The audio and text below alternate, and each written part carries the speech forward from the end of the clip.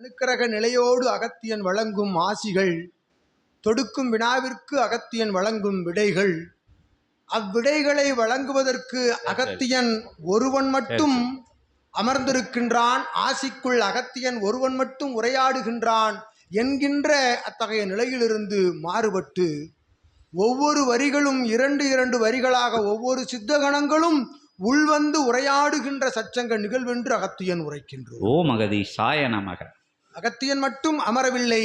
அகத்தியன் அமர்கின்ற பொழுது அத்துணை பிரபஞ்ச ஆற்றலெல்லாம் அமர்ந்து 14 சித்தர்களும் ஒருவருக்கொருவர் தொடர்ச்சியாக ஆசிகள் வழங்கி வினாக்களுக்கு விடை பகிர்ந்தளிக்கும் நிகழ்வு நடந்து கொண்டிருக்கின்றது என்று அகத்தியன் உரை. ஓம் அகதீசாய நமக. ஆகவே அகத்தியன் கூறுகின்ற அத்தகைய வேக நிலை கொண்ட சப்த பதில்களுக்குள் ஒவ்வொரு சித்தனும் வந்து செல்கின்றான் என்று அகத்தியன் உரைக்கின்றான். ஓம் அகதீசாய. ஏன்?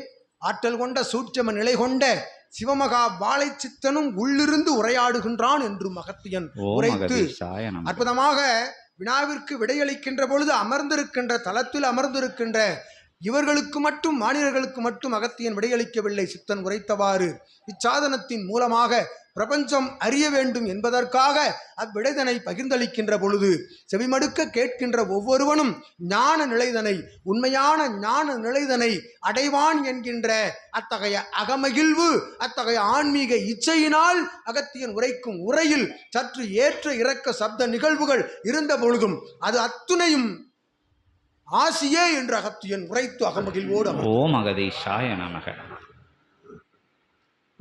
சரி, இங்கதானா?